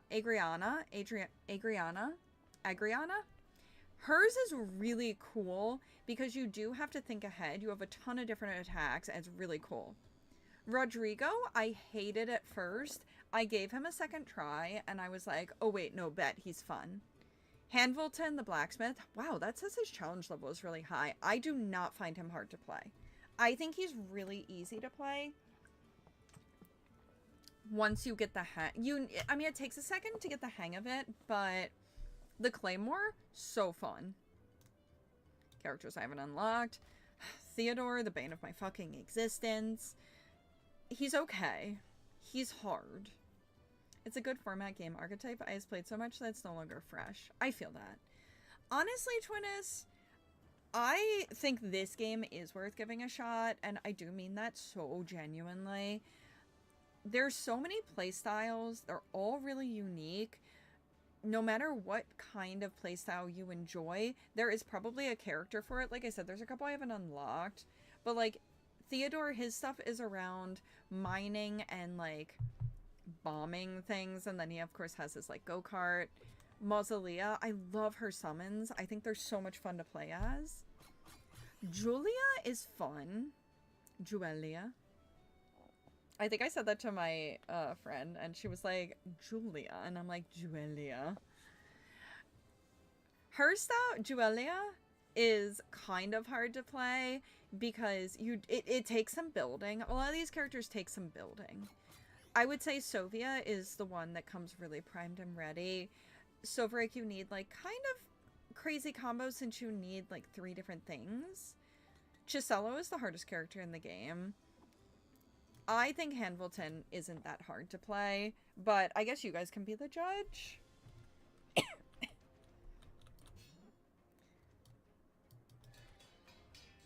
The thing about Hanvelton is you're gonna have big PP damage, but you have to keep track of your durability. So down here you can see that I have 70% durability left.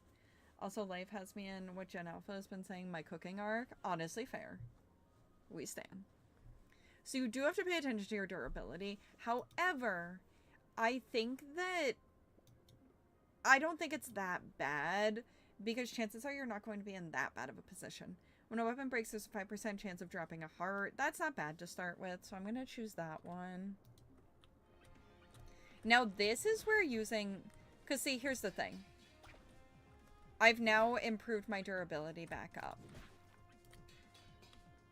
And eventually, you get to the point where...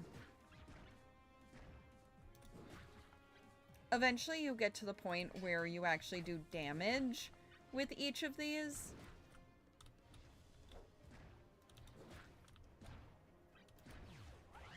Alright, bet. So, this is the thing. I don't use spears. I don't use axes. So, I am going to remove that one.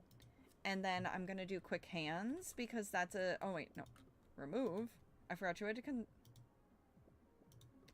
confirm that. And then I'm going to take quick hands because it would be nice to get premium materials.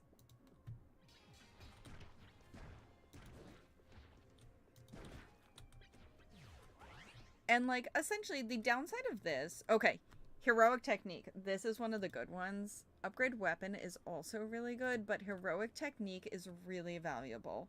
Claymore creates holy circle around you that you deal damage to all enemies. So, this is a great one, but it doesn't start great. It starts out okay.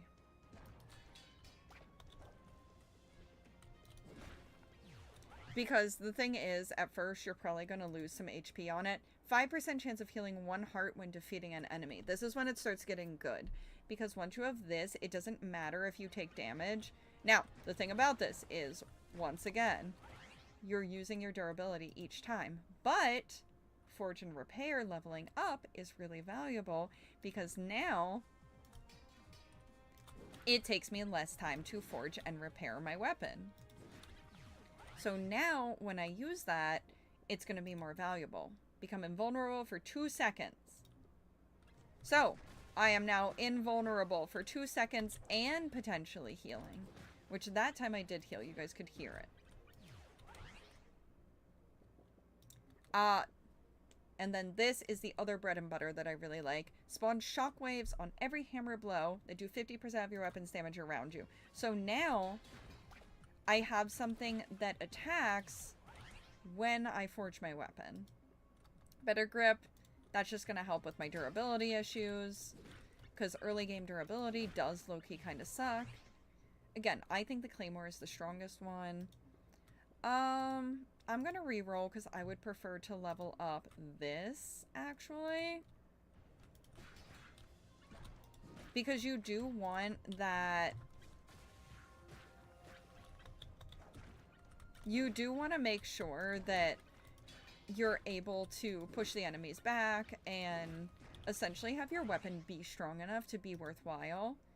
20% more damage.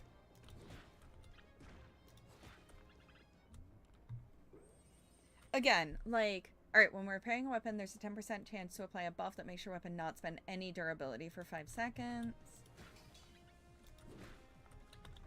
At this point, I don't even need to worry as much. And even though my attacks are slow, they're pretty worthwhile. I'm gonna now take the smelting furnace. The smelting furnace is not my favorite, but I do find oh, the hardening well. Alright, we're not gonna use the hardening well yet because I need to swap it over.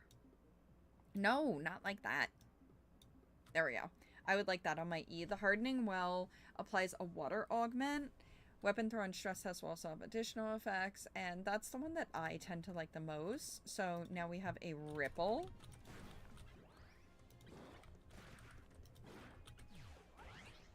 And I just find this one to be kind of rewarding. I like the flow of this one because you can kind of hide behind it to a certain extent. Obviously, your knockback doesn't work. This red enemy is the powerful enemy. Again, as we've seen, all the enemies have different colors that go into them. And I tend to struggle to always see whether I need to re-up, because I tend to not be able to look down there very well. So I tend to just re-up every so often, which is why it's nice to have that knockback. Alright. Increases healing chance. And that destroyed the enemy right on top of me, so I do get an additional power up. Again, it's to the point where I'm destroying shit so easily. Third holy circle is created that's even bigger and deals more damage. So, again, your chances of getting hit there are pretty high, but there are a lot of pros to it. Alright, Augment Mastery increases elemental burst size by 20. This is just useful because I do like my water augment.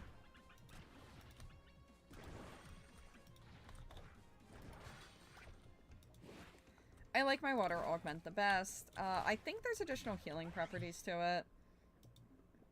Alright.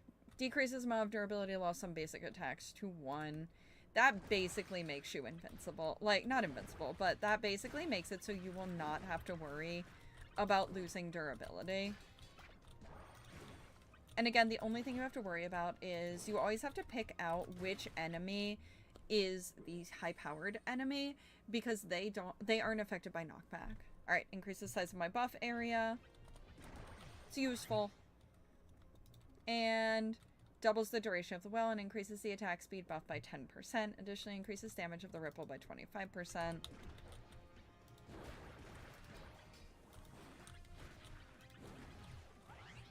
It's getting a little crowded down there, but that's okay. Increases forged weapons max durability. I don't really need a max durability, so we're going to go with water has a 35% chance of inflicting freeze, because it is nice when I don't have to worry about enemies attacking me because they are frozen.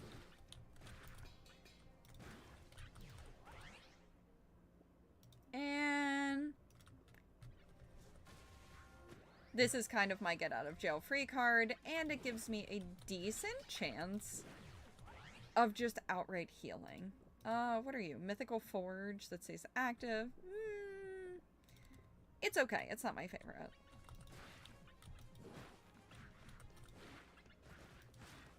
And as you can see, I can just hide behind my well, because especially at the level I'm at, these pink enemies do not stand a fucking chance.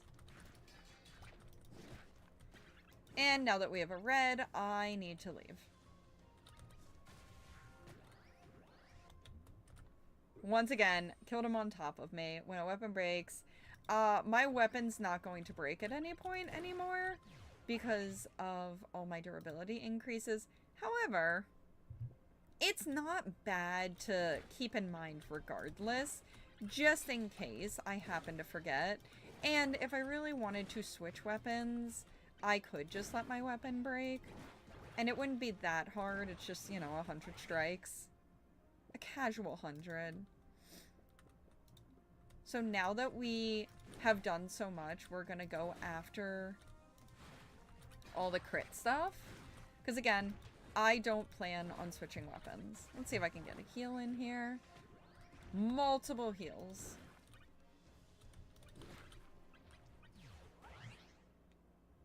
And now we have weapon and skill damage increase. Claymore block chance, might as well. I didn't anticipate just how many times I would be leveling up from that. And I believe... Oh, no, that's our boss. This is a smaller level. Again, that's why I'm struggling even less. I'm gonna just go for getting some extras of these. And that's nice, because you can freeze bosses. That boss happened to be very, very weak. So, we're gonna see. And there are 2 exits this time. One of them's going to lead to a secret place, and one of them is just a normal exit. I've gone through both already because I've already done this level. I've already done this whole area. So, yeah. Yeah, 100% uncover. Oh, wait, no, 57%. So I guess I am missing some of them, but it ain't that deep. I was trying to move on quickly because I wanted to get to the haunted grounds. But let's collect everything. Eventually, I need to go back to getting sand. But, oh my god, that just did not give enough for there. That's okay. And this one. Ugh, need a little bit more of that. And I desperately needed to get money. We are still hurting on the cash front, but that's okay. And there are various buffs that you can get, so... This is just my main building. This gives me another skill reserve.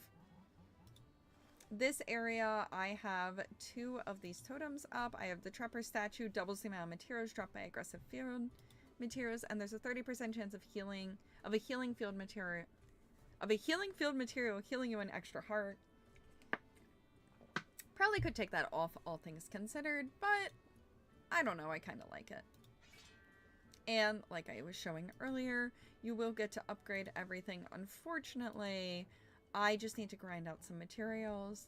The really cool thing, and then these are 2 new buildings that I have not gotten access to because I have not. The game is actually updated since I was last playing it. What was I looking for? Is this where I cook? No, where is... Here we go. I was like, where do I cook? Alright, so for this one, heals 1 heart every 3 minutes. So every 3 minutes, I just passively heal. And the goat curry, every 30 seconds, summons a lightning bolt in a random position around yourself that deals 150 damage to enemies. Has a 50% chance to inflict stun. This damage scales with your village's skill damage bonus. So both of these are pretty nice. There's some other food recipes I haven't gotten a chance to unlock. But, oh wait, this one I can.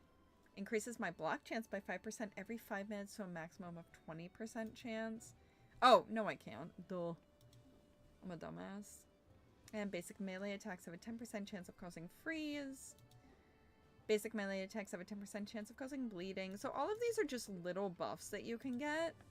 And then if I want to, I can also sell materials if I have an excess. So like, I have a disgusting amount of wood. I think I can sell, maybe. I could sell materials. Oh, I think that's only when the thing is there.